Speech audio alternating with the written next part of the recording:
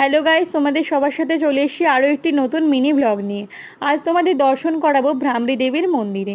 কাল হঠাৎ 3টে নাগাদ ঠিক করলাম মাকে দর্শন করতে যাব। যেমন ভাবা তেমন কাজ, হঠাৎ করেই কিন্তু বাড়ি থেকে বেরিয়ে পড়লাম। আর এখানে এসে দেখলাম অনেক মানুষই কিন্তু মাকে দর্শন করতে এসেছে। ওই দেখো, সামনের পথ ধরে সবাই এগিয়ে চলেছে মায়ের দর্শন পাবো বলে। আর পাশেই দেখো কি সুন্দর একটা ফুলের বাগান রয়েছে, কত ছোট ছোট ফুল ধরে রয়েছে। আর আকাশটাও দেখো খুব সুন্দর দেখতে লাগছিল। ওই দূর থেকে মায়ের মন্দির দেখা যাচ্ছে। সবাই কিন্তু সামনের পথ ধরে এগিয়ে চলেছে মাকে দর্শন করবে বলে।